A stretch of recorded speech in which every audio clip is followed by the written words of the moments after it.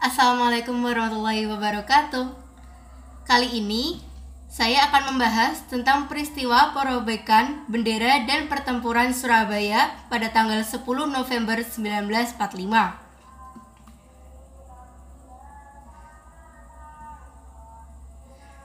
Pertama, diawali dengan kedatangan tentara Inggris dan Belanda dalam Afney.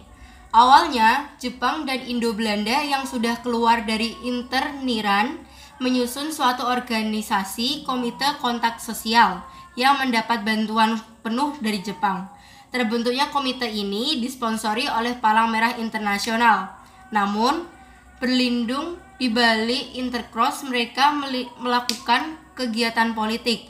Mereka mencoba mengambil alih gudang-gudang dan beberapa tempat telah mereka duduki seperti Hotel Yamato.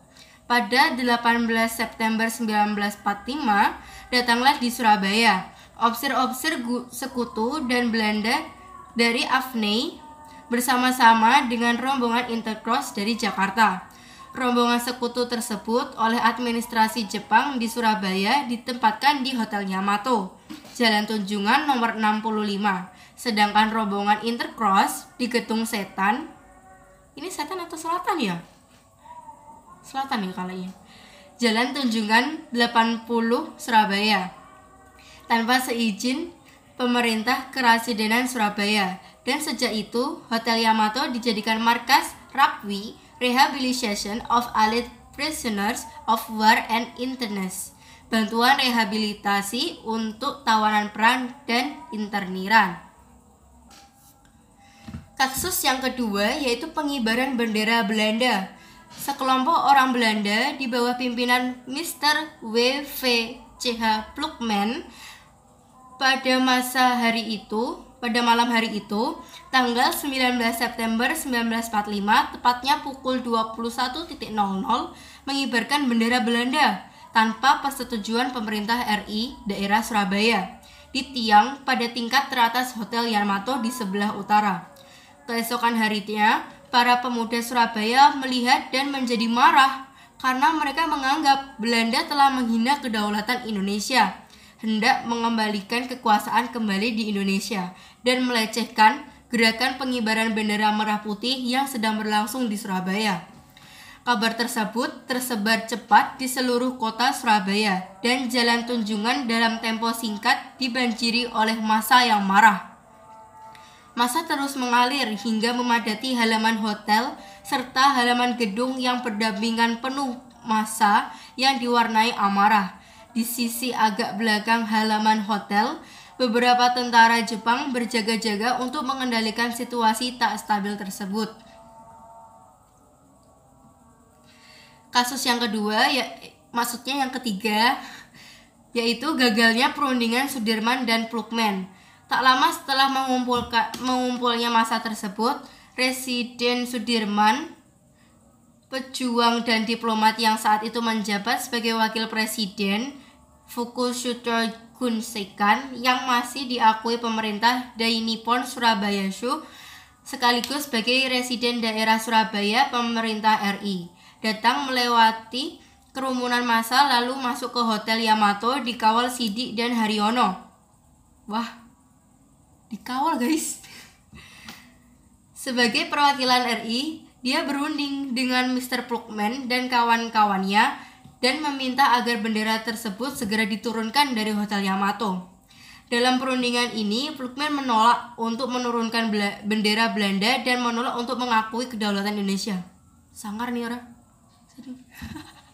Maaf. Perundingan berlangsung memanas. Plukman mengeluarkan pistol. Dan terjadilah perkelahian dalam ruangan perundingan. Plukman tewas dicekik oleh Sidik dan kemudian juga tewas oleh tentara Belanda yang berjaga-jaga dan mendengar letusan pistol Plukman. Sementara Sudirman dan Haryono melarikan diri keluar Hotel Yamato. Kemudian ada peristiwa perobekan bendera Belanda. Nah, ini nih yang paling ditunggu-tunggu oleh masyarakat Surabaya. Di luar hotel, para pemuda yang mengetahui berantakannya perundingan tersebut langsung mendobrak masuk ke Hotel Yamato dan terjadilah perkelahian di lobi hotel. Sebagian pemuda tersebut naik ke atas hotel dan untuk menurunkan bendera Belanda. Haryono yang semula bersama Sudirman kembali ke hotel dan terlibat dalam pemanjatan tiang bendera bersama Kusno Wibowo. Berhasil menurunkan bendera Belanda, merobek bagian birunya dan mengerek lagi ke puncak tiang kembali. Peristiwa inilah yang disambut oleh massa di bawah hotel dengan pekik "Merdeka" berulang kali. Insiden Hotel Yamato yang menjadi pemicu terjadinya gerakan 10 November. Peristiwa perobekan ini tak pelak membuat kubu Belanda jadi marah. Mereka tidak terima bendera kehormatan dinistakan, kendati sebelumnya mereka juga telah menghina dan tidak mengakui kemerdekaan Indonesia. Gejala pulang perang maksudnya mulai terjadi di Surabaya.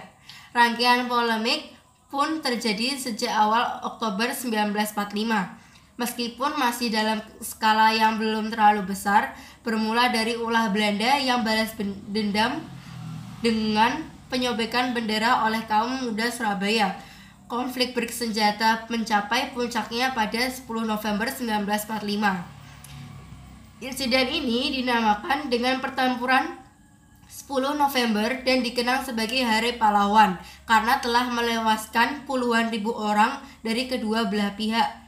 Peristiwa ini juga menjadi salah satu pertempuran terbesar di zaman revolusi.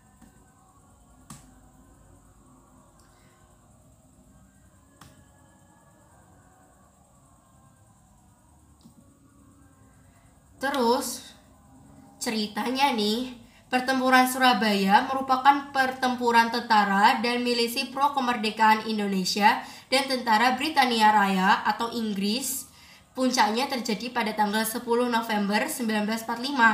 Pertempuran ini adalah perang pertama pasukan Indonesia dengan pasukan asing setelah proklamasi kemerdekaan Indonesia, dan satu pertempuran terbesar dan terberat dalam sejarah Revolusi Nasional Indonesia yang menjadi simbol nasional atas perlawanan Indonesia terhadap kolonialisme.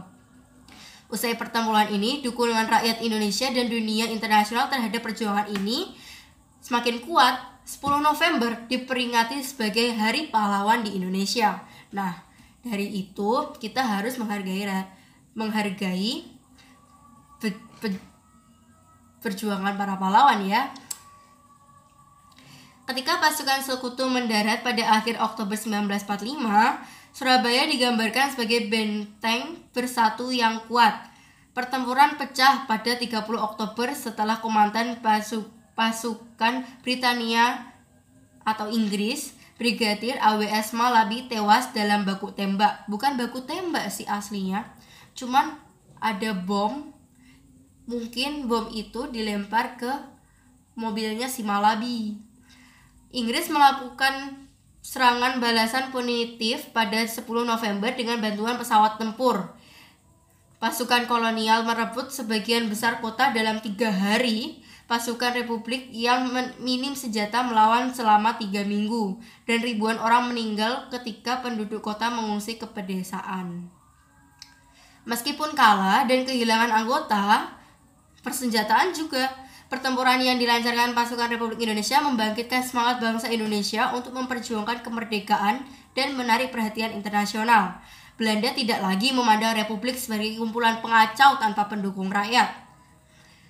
Pertempuran ini juga meyakinkan Britania untuk mengambil sikap netral dalam Revolusi Nasional Indonesia. Beberapa tahun kemudian, Britania mendukung perjuangan Indonesia di Perserikatan Bangsa-Bangsa atau PBB.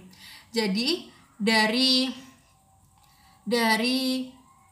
perangnya ini tuh ada kayak hikmah tersendiri. Nah, si Inggris atau si kelompoknya Malabi dan teman-temannya itu jadi tahu ternyata bukan karena ayo perang itu bukan, tapi ternyata juga dukungan dari rakyat pun juga didukung untuk menangkan dari peperangan ini. Wah, wadidaw.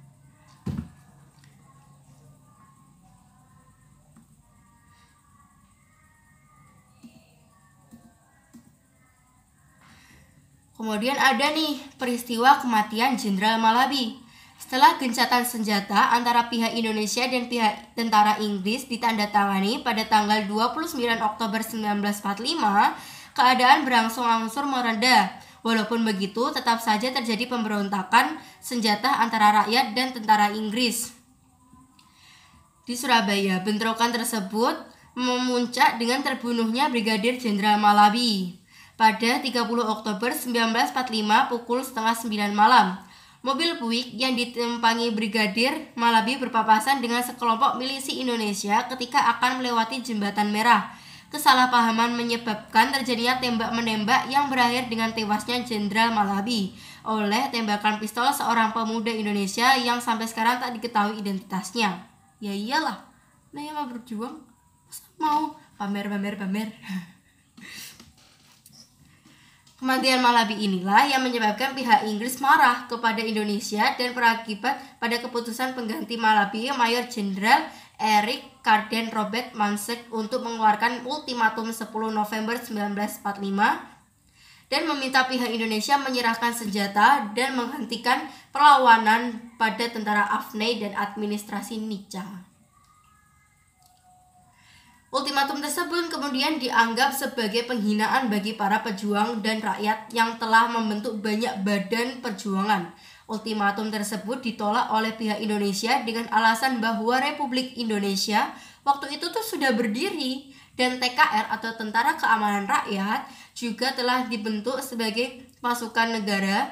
Selain itu, banyak organisasi perjuangan bersenjata yang telah dibentuk masyarakat, terbentuk di kalangan pemuda, mahasiswa, dan pelajar yang menentang masuknya kembali pemerintahan Belanda yang memboncengi kehadiran tentara Inggris di Indonesia. Bung Tomo. Nah, ini nih pahlawan yang paling kita segani di Surabaya. Salah satu pemimpin revolusioner Indonesia yang paling dihormati. Foto ini terkenal banyak orang yang terlibat dalam Revolusi Nasional Indonesia, mewakili jiwa perjuangan revolusi utama Indonesia saat itu. Setidaknya ada 6.000 sampai 16.000 orang Indonesia yang meninggal pada saat peperangan itu. Nah, sedangkan si Belanda cuma 2.000. Bandingin dong.